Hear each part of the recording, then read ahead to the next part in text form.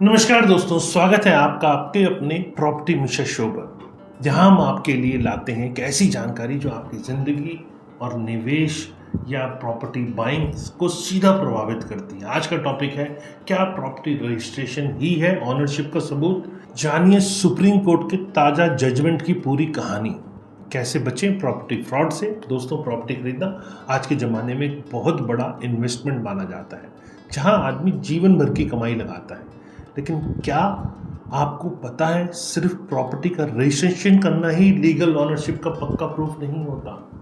जी हाँ, supreme court ने हाल ही में एक ऐसा जजमेंट दिया है जिसने प्रॉपर्टी बायर्स की नींद उड़ा दी है। इस मुद्दे पर आपने और भी कई जगहों पर न्यूज़ सुनी होगी, लेकिन आज मैं आपको क्वेश्चन आंसर के रूप में इस मुद्दे को बहुत सिंप्लीफाई करके समझाने की कोशिश करूंगा कि आपको आसानी से समझ में आ जाए कि आखिर आपके साथ क्या हुआ है, क्या बड़ी सावधानी आपको बरतनी है। तो चलिए आज हम इस मुद्दे को सवाल जवाब के जरिए समझेंगे, ताकि आप भी आंखों देखी बात समझ सकें और अपने सपनों के घर को सुरक्षित कर सकें। अगर वीडियो पसंद आए तो लाइक कमेंट शेयर ज़रूर कीजिएगा, और फ्यूचर में रेगुलर आपको ऐसे इंफॉर्मेटिव वीडियोस मिलते रहें, इसके लिए आपको चैनल को सब्सक्राइब करना है। तो चलिए शुरू करते हैं।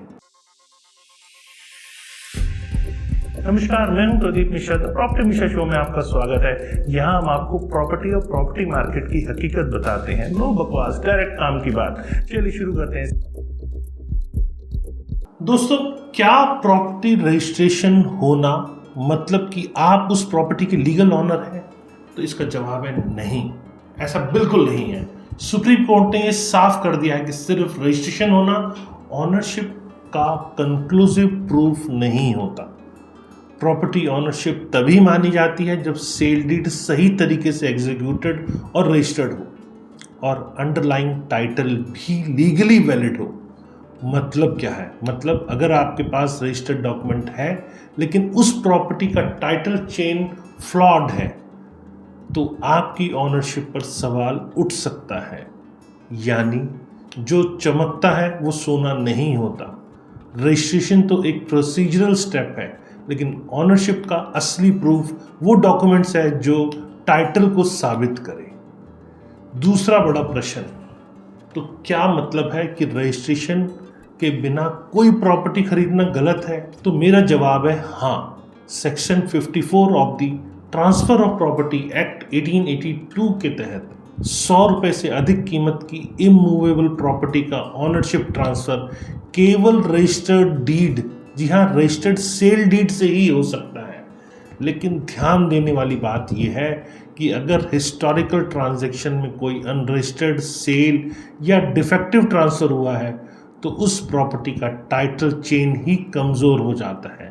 तो अगर आपके वेंडर का टाइटल इटसेल्फ क्लियर नहीं है तो रजिस्टर्ड सेल डीड भी आपकी ऑनरशिप को सुरक्षित नहीं रख पाएगा। इसीलिए सावधानी हटी और दुर्घटना घटी। प्रॉपर्टी खरीदते वक्त ड्यू डिलिजेंस करना बहुत ज़रूरी है। तीसरा बड़ा क्वेश्चन जो इस मुद्दे से रिलेटेड है, ड्यू डिलिजेंस में हम क्या क्या चेक करें, क्या चेक करना चाहिए? तो मेरा जवाब आपके लिए है, ड्यू डिलिजेंस का मतलब प्रॉपर्टी के टाइटल चेन को पूरी तरह से वेरीफाई कर लेना।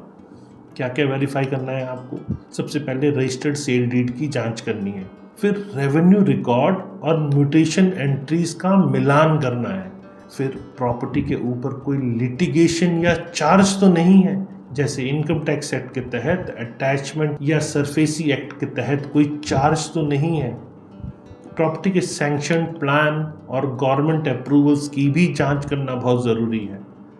वेंडर की लीगल कैपेसिटी और टाइटल क्लियर होना, ये सबसे इम्पोर्टेंट है। ड्यू डिलिजेंस को सिर्फ फॉर्मेलिटी समझना आपके लिए भारी गलती हो सकती है। इसे एक्सपीरियंस लीगल प्रैक्टिशनर से करवाना चाहिए ताकि कोई सांप छुपा ना रहे। अगला प्रश्न के रूप में मैं आपको बताने की कोशिश कर रहा हूँ जो आपके होते हैं अक्सर, क्या एग्रीमेंट टू सेल या पावर ऑफ अटर्नी से ऑनरशिप मिल सकती है? तो मेरा जवाब है बिल्कुल नहीं। सुप्रीम कोर्ट ने ये स्पष्ट किया है कि general power of attorney, agreement to sell या विल जैसे सरोगेट कन्वेंस मोड ऑनरशिप देने के लिए पर्याप्त नहीं है। नकली सिक्के की चमक कुछ दिन चलती है, पर असली सिक्का वही है जो कानूनी मान्यता रखता है। ऑनरशिप तब मानी जाएगी जब वैलिडली एग्जीक्यूटेड और रजिस्टर्ड सेल डीड होगा। एग्रीमेंट टू सेल सिर्फ एक प्रॉमिस होता है जो आपको प्रॉपर्टी का ऑनरशिप नहीं देता है। अब आप सोचेंगे कि अगर मैं प्रॉपर्टी का पोजीशन रखता हूं तो क्या मैं ऑनर नहीं हूं? जवाब है पोजीशन होना जरूरी है, लेकिन पोजीशन के साथ लीगल टाइटल भी होना चाहिए। सुप्रीम कोर्ट ने कहा है कि मियर पोजीशन अगर लीगली डिराइव्ड नहीं है तो आर्टिकल 226 के तहत डिस्पोजिशन से प्रोटेक्शन नहीं मिलता।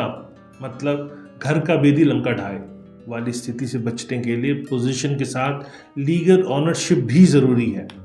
सेक्शन 53A के तहत डॉक्ट्रिन ऑफ पार्ट परफॉर्मेंस के तहत पोजीशन को कुछ हद तक सुरक्षा मिलती है, लेकिन ऑनरशिप नहीं मिलती है। अब आप सोचेंगे क्या रजिस्टर्ड फ्रॉडुलेंट ट्रांजैक्शन भी वैलिड हो सकती है? तो जवाब है नहीं। रजिस्टर्ड फ्रॉडुलेंट ट्रांजैक्शन फ्रॉडुलेंट ही रहती है। रजिस्ट्रेशन एक प्रोसीजरल स्टेप है जो ट्रांजैक्शन को लीगल मान्यता देता है, लेकिन अगर अंडरलाइंग टाइटल फ्रॉडुलेंट है तो रजिस्ट्रेशन ऑनरशिप नहीं बनता। इसीलिए जो गरजते हैं वही बरसते हैं। अगर टाइटल में कोई गड़बड़ी है तो कोर्ट में चैलेंज हो सकता है। फिर आपका क्वेश्चन आता है कि अगर प्रॉपर्टी का लिटिगेशन या गवर्नमेंट चार्ज है तो क्या खरीदना सेफ है? तो मेरा जवाब है बिल्कुल नहीं।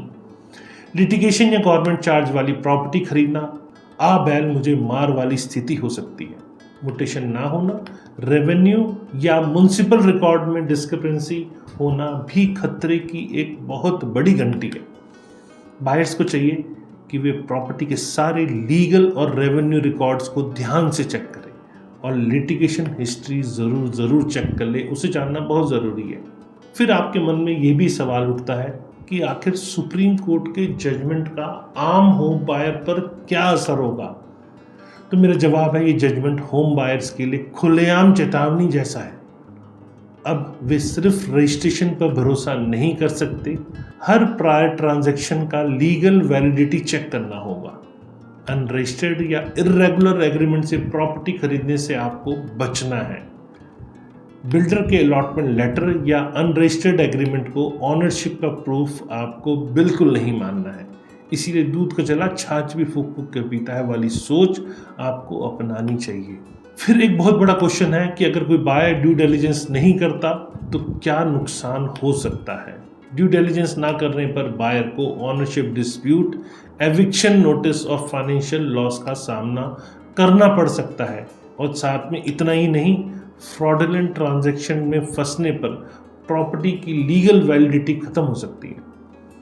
तो ये कहावत भी सही है, जो सोवत है वो खोवत है। इसीलिए जागरूक रहना और पूरी जांच करना बहुत ज़रूरी है। हमारे दर्शकों के लिए कुछ खास टिप्स मैं दे रहा हूँ। पहला, लीगल एक्सपर्ट की सलाह लें। प्रॉपर्टी खरीदने से पहले एक्सपीरियंस लॉयर से पूरी जांच करवाएं। चेन ऑफ टाइटल चेक करना बहुत ज़रूरी है। सारे पुराने सेल डीड, म्यूटेशन रिकॉर्ड और अप्रूवल्स को आपको चेक करना है। रजिस्टर्ड सेल डीड पर ही भरोसा करें। एग्रीमेंट टू सेल या पावर ऑफ अटर्नी को ऑनरशिप बिल्कुल ना समझें।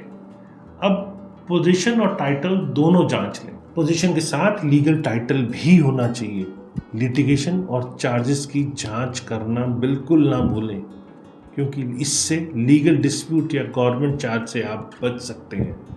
बिल्डर या सेलर की क्रेडिबिलिटी को आपको ज़रूर चेक कर लेना है। अगर बिल्डर के डॉक्यूमेंट्स में कोई इरेगुलरिटी हो तो आपको सावधान रहने की ज़रूरत है। अब लास्ट बात आपको बता दूं दोस्तों, प्रॉपर्टी खरीदना सपनों का घर माना जाता है, लेकिन इससे सावधानी हटी और दुर्घटना घटी वाली गलती बिल्कुल ना करें। सुप्रीम कोर्ट के इस जजमेंट ने हमें ये सिखाया कि लीगल ऑनरशिप सिर्फ रजिस्ट्रेशन से नहीं बल्कि पूरी लीगल प्रक्रिया और डॉक्यूमेंट वेरिफिकेशन से बनती है। अगर आप भी प्रॉपर्टी खरीदने की सोच रहे हैं तो आंखों देखी हाथ की लकीर जैसी सावधानी बरतें और अपनी इन्वेस्टमेंट को सुरक्षित रखें। अगर आपको ये वीडियो पसंद आए तो इसे लाइक करें और शेयर ज़रूर करें। हमारे चैनल को सब्सक्राइब करें ताकि आपको ऐसी और महत्वपूर्ण जानकारी जो लीगल और फाइनेंशियल अपडेट्स भी है प्रॉपर्टी खरीदते टाइम या प्रॉपर्टी इन्वेस्टमेंट करते टाइम जो जो चीज़ों की ज़रूरत है या किसी नए डेवलपमेंट की जो आपको प्रॉपर्टी बायर की तरह अपडेट रहना चाहिए, वो सब आपको इस चैनल में मिलता है। तो नीचे कमेंट में बताइए, क्या आपने कभी प्रॉपर्टी खरीदते वक्त लीगल इश्यूज़ का सामना किया है? आपके सवालों का जवाब हम ज़रूर देंगे। धन्यवाद दोस्तों, मिलते हैं अगले वीडियो में। तब तक सपनों का घर हो लीगल और सेफ। नमस्कार, जय हिंद।